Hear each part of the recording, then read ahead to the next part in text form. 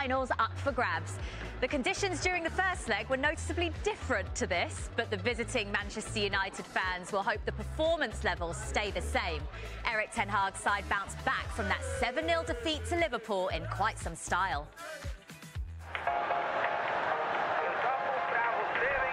United want to make a statement here after their Anfield humiliation. Rashford, opportunity for him, and 1-0, just what they were looking for. Moves across the goal and in to put Real Betis level.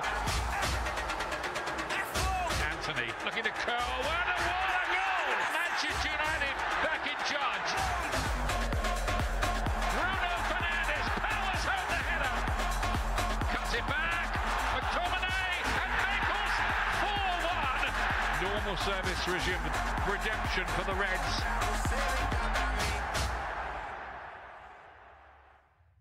Manchester United arrive as the overwhelming favourites to qualify for the Europa League quarter-finals after that 4-1 win at Old Trafford. Paul Scholes and Owen Hargreaves alongside me as always. They bounced back, didn't they, after the game that we don't want to mention again, but they're not beating Southampton at the weekend. So what's the mood like right now, Paul?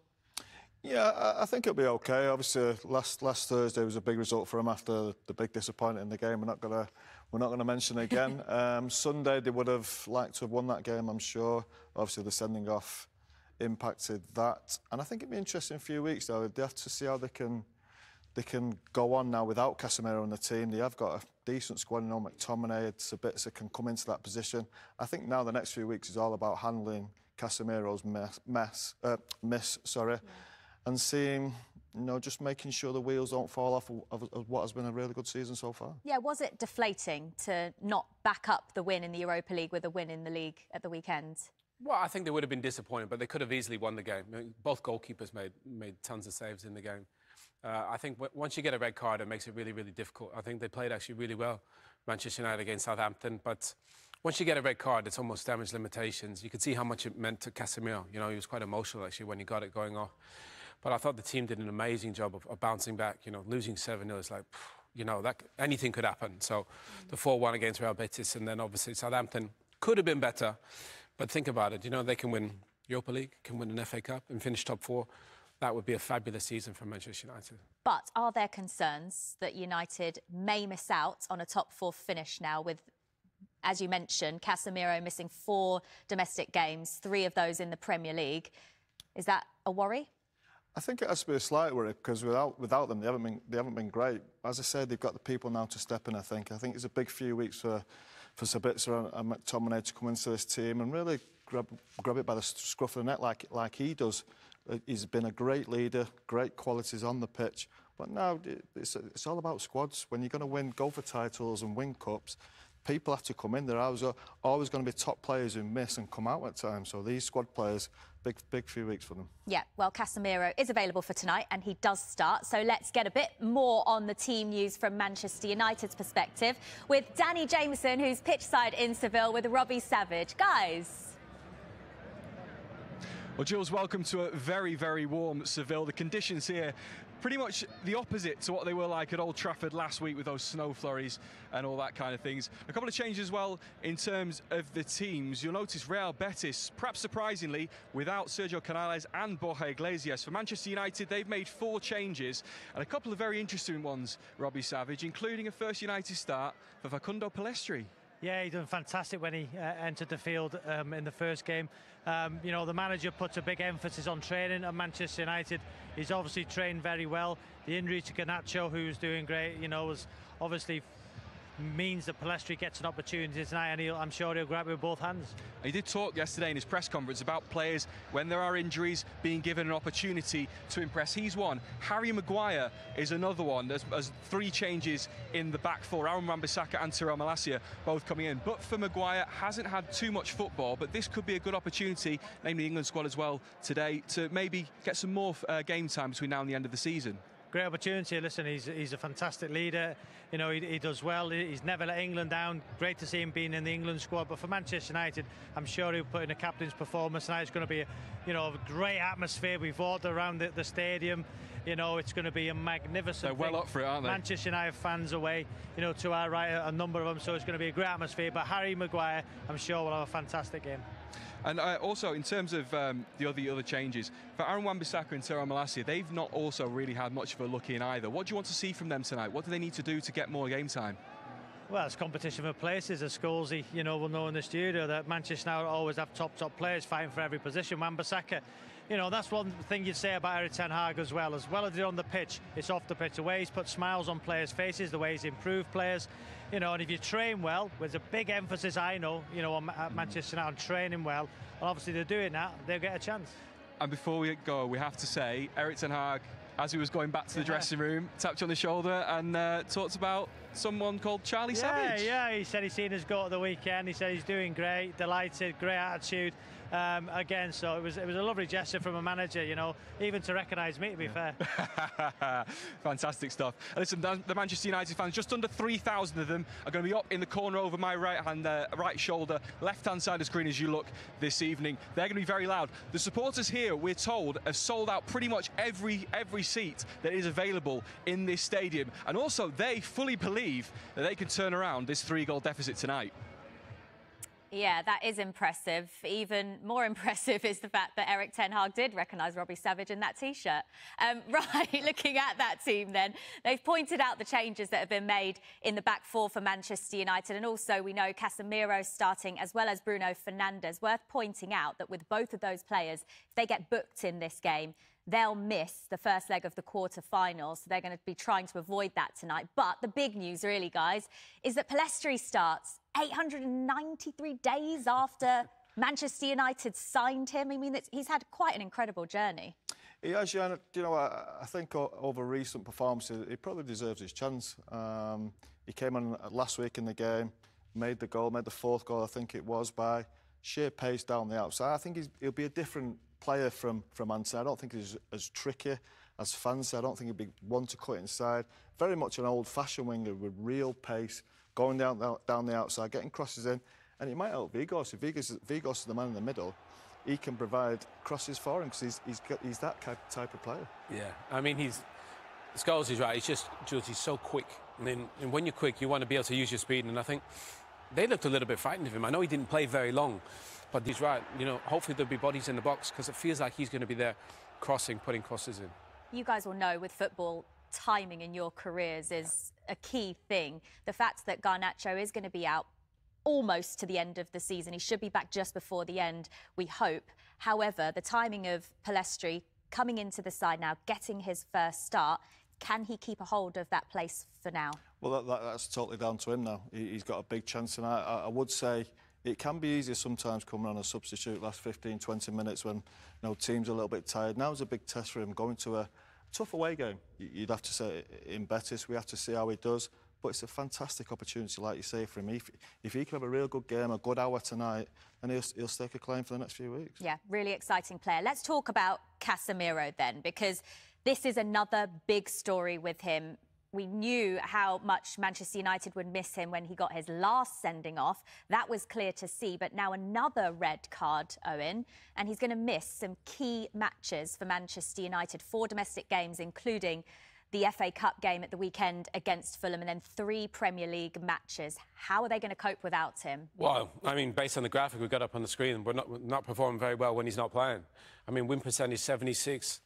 You know, without him, only 43. I know the body of work is a lot smaller, and it was the start of the season. But the impact, Scholes is right, that Casemiro's had on the team, I think it's affected everyone. And again, I think Eriksen not playing as well has had an impact. But somebody's going to have to step up. Scholes makes a great point about squads and people stepping up. Not having Casemiro, somebody's going to have to step up in his place, because this guy has been, I know he's cost a lot of money and he's won a lot of things, but I don't think even he could have realised it could have gone as well as it has. It's been that good for Manchester United. So Manchester United have him for tonight, but if we look further ahead then to the games that he is going to be missing, we imagine that Sabitzer is going to be a player that comes in. Is he good enough to fill that void? He'll have to be. Look, it's very difficult to find a player who's as good as Casemiro anywhere in world football at the minute. He's been that good for United, he's been that good for Real Madrid over the last so many years. So look, Sabitzer's a really experienced, but he's been at top club in Bayern Munich for a long time. You've also got McTominay as well. I think it's a big part of the season now for United, just to make sure they don't fall by the wayside in big games without their main player, and Sabitzer and McTominay have a big part to play. OK, right. Well, the World Cup is proudly on display at the Benito Villamarin Stadium. Real Betis' German Pizzella and Guido Rodriguez were part of Argentina's victorious squad. So while Betis celebrate their 2 World Cup winners, we'll be hearing from Manchester United's after the break. Our special interview with Lisandro Martinez is coming up for you next.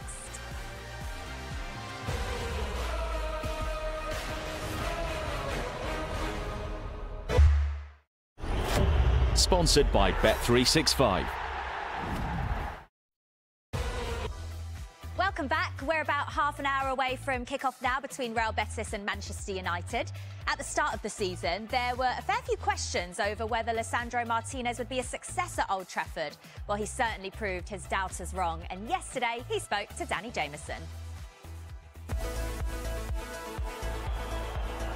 Fizzed in Rashford, opportunity for him, and 1-0! Oh, and a wonderful goal! Manchester United doing it. To enjoy every day here in this club, I think it's an amazing club. You know, we have big things to do it here. If you think back to when you first joined the club, there was a lot of talk about your height, like your style of play. How aware of that were you, and you seem to prove them wrong pretty quickly? Well, I always put in the table the criticize or the opinions, you know. Try to show on the pitch. That's the most important, because everybody can talk. But when you have to show, I think nobody can do it. So that's my opinion about it. Have you had to adapt your game from coming from Ajax to the Premier League? We were 2 different teams, you know. In Ajax, we played there 3 years, you know, with the same team. Here, well, it was different, you know, new project, new team, new players. But we are in the good way, with good mentality, playing for a moment good football as well. And yeah, we have to keep going. The Manchester United fans seem to have really taken to you as well. They seem to like your style, they like the way you play. What does it feel for you to have basically become a fan favourite so quickly? Yeah, so quickly, yes. I really appreciate it. You know, I really like that connection with the fans. You know, I think I just try to fight for this club. I try to give my heart, and they feel the same connection with me, and yeah, and it's really nice. Can you tell me a little bit about your relationship with Erik ten Hag? You know him well from your time in Amsterdam. What's he like behind the scenes? I think he's a big coach with really good mentality. He loves to win titles, and I'm sure 100% that he will do here in Manchester. Next step is to win everything with the club. We have to be ready every game, and yeah, we have to be hungry, you know, to win every game. Well, what a signing he's been. Has he surprised you at all with how well he's adapted to the Premier League? No, he's a top player. I think obviously his mentality is what sticks out. He's a winner. You know, he's got that United DNA in him, I think. You know, think about I think the way these Argentinian kids grow up, they're proper fighters. All the guys that I play with, they're proper fighters. They absolutely love football, and this kid is an absolute warrior, great player. And to criticise him because of his size is ridiculous. Like he said, you got to watch him play, and if you watch him play, you're going to absolutely love him. Does it show how important he is to the team that when Ten Hag changes 3 of his back 4 from the first leg, he's the one that keeps his place? Yeah, I think so. He's, you know, we all know how well he's done since probably a tricky little start. But I think he brings character, personality. As Owen said, he's really aggressive. Argentinian players are aggressive. And I think he's took it all on board. And I think he's been fantastic. I don't want to criticise him, but I think where he can get better is the big games. Can we see him be better down when you play Liverpool away, play Manchester City away against some top quality centre forwards that he's going to come up against maybe later in this competition? OK, he did well against Barcelona, but later in this competition as well. Is he OK at that level? I think he will be, because he's got the character and personality, as I said. And in terms of the calibre of signing that he is, Owen, is that the type of player Manchester United need to be targeting in the summer in terms of the quality and status that he comes with? Well, I think the quality is one thing, but I think the mentality is probably one of the most important things. You know, obviously you saw that with Casemiro. You see that with Martinez. I think you got to look at the personality first, and then they got to fit into a playing style. So, you know, if you're talking about Manchester United, obviously need a centre forward. You know, is it Harry Kane? You know, is it Osimhen? You know, what type of players are going to be? But I think they need somebody in that mould of that mentality of Martinez and Casemiro first and foremost. Who would you like to see come in? Kane or Osimhen?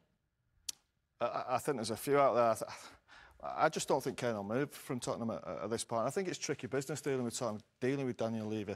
He could string you on right till the very last minute of the transfer window and leave you with nothing. I think there's other players out there like Osimhen.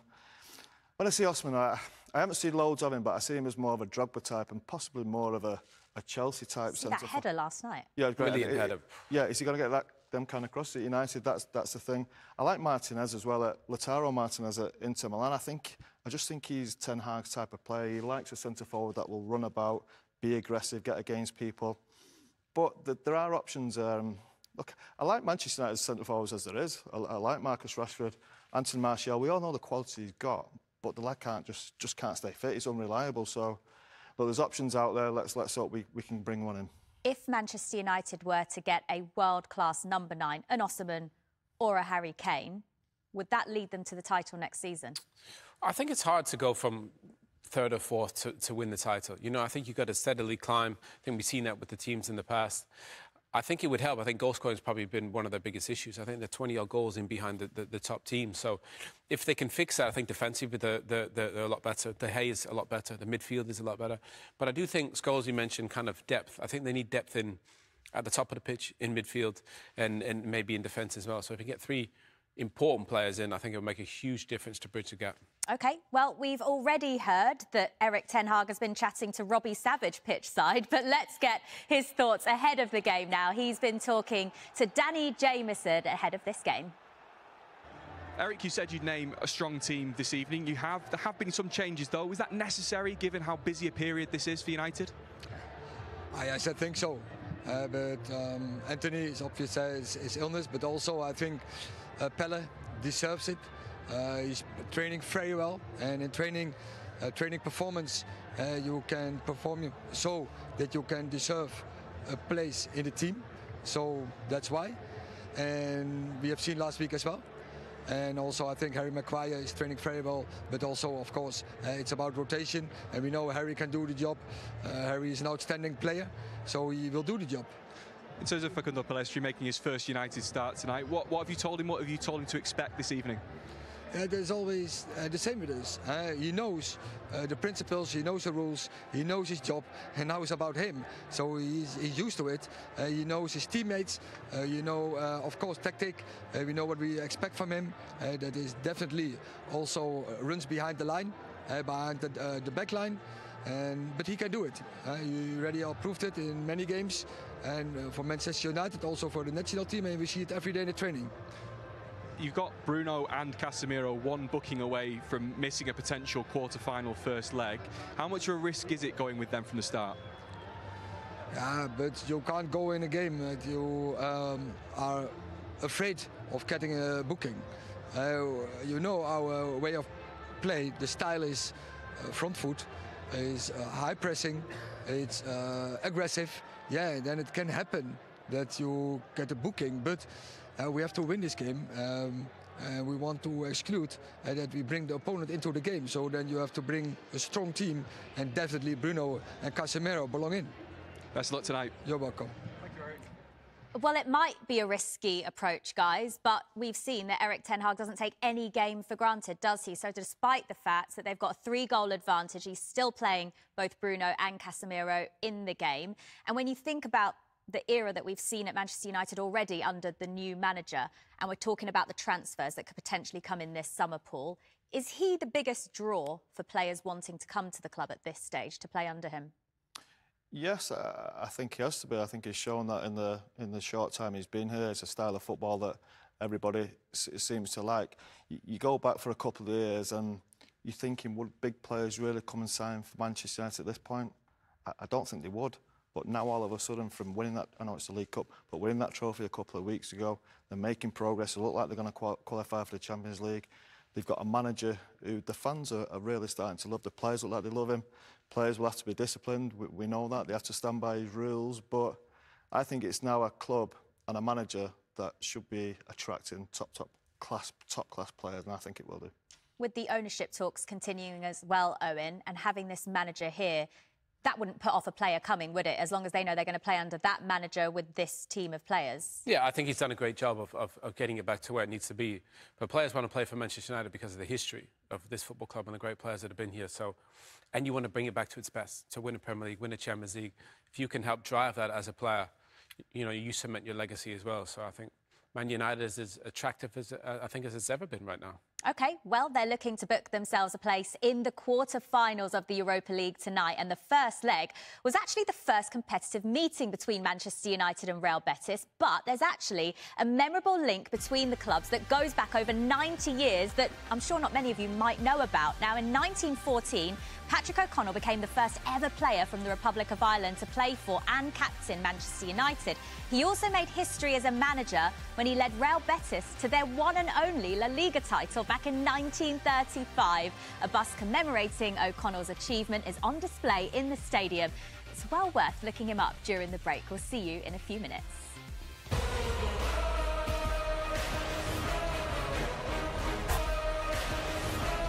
Once Manchester United have hopefully finished the job out in Seville, we are here at the Emirates for what should be and needs to be a victorious night for Arsenal. Remember, 2-2 from the first leg out in Lisbon a week ago, which means Mikel Arteta's side need a win here to progress to the quarter-finals of the Europa League, where it will be an open draw, of course. Speaking to both camps yesterday, they're both confident. Fabio Vieira, from an Arsenal point of view, insists they're on course for 2 trophies this season. But Ruben Amorim, the sporting coach, with a twinkle in his eye, says his young, talented side can finish the job here at the Emirates. It'll be lively, it'll be a full house, and we've got it all for you from 7:15. Yes, Matt, a great game in prospect at the Emirates. We can't wait for that. But in the meantime, out in Seville, Real Betis will hope to become only the second side in Europa League history to overturn a 3-goal deficit. Manuel Pellegrini's side. Manuel, 3 goals down. How difficult is your team's task this evening? Well, a difficult game. First, not only about the 3 goals. First, because it's Manchester United, the team from Championship that spend a lot of money on important players. Maybe it's not the same budget that we have for the football. But the most also important to have in our mind is not to try to play with the 3-0 in our mind.